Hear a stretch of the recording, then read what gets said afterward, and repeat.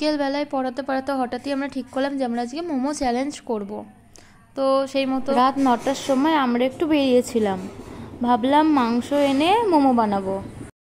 আমরা যেই সময় বেরিয়েছি তখন রাস্তা পুরো ফাঁকা, কোনো লোকজনই নেই বলতে গেলে।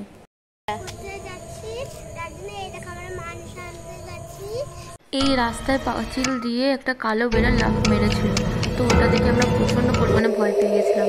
ভূতের বাড়ির সামনে রাস্তা দিয়ে মাংস নিয়ে এত রাতে বাড়ি ফিরছিলাম, তো ভয় লাগা স্বাভাবিক। এখানে মোমো বানানোর জন্য যা যা লাগে আমি সমস্ত কিছু রেডি করে নিয়েছি। এখানে ময়দা মাখিয়ে রেখেছি, এরপর এগুলোকে লেচি করে মোমোর পুরটার মধ্যে ভরে তারপর মোমোটা আমরা আস্তে আস্তে বানাবো। তো চলো রেডি করে নি সব।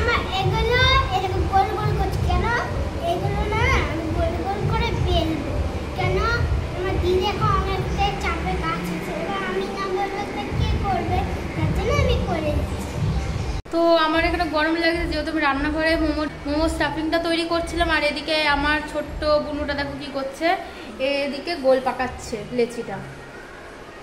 তাই তো ভালো লাগছে কাজ করতে, ও আমার অনেকটাই হেল্প করে দিচ্ছে। তো চলো পার্ট দেখায়। তো এখানে আমার মোমোটা রেডি করা হয়ে গেছে, তো আমি এখানে টেস্ট করব এখন, দিয়ে তোমাদের আমি রিভিউটা শেয়ার করব। মোমো তো ভালোই হয়েছিল, কিন্তু ওদের সাথে আমার প্রচন্ড পরিমাণে ঝগড়া হয়ে গেছিল, তো এখানে আমি একা রিভিউটা শেয়ার করছি।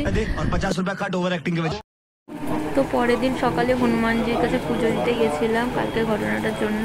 ভিডিওটি ভালো লাগলে অবশ্যই like, comment, share and subscribe করে দেবেন। Thanks for watching.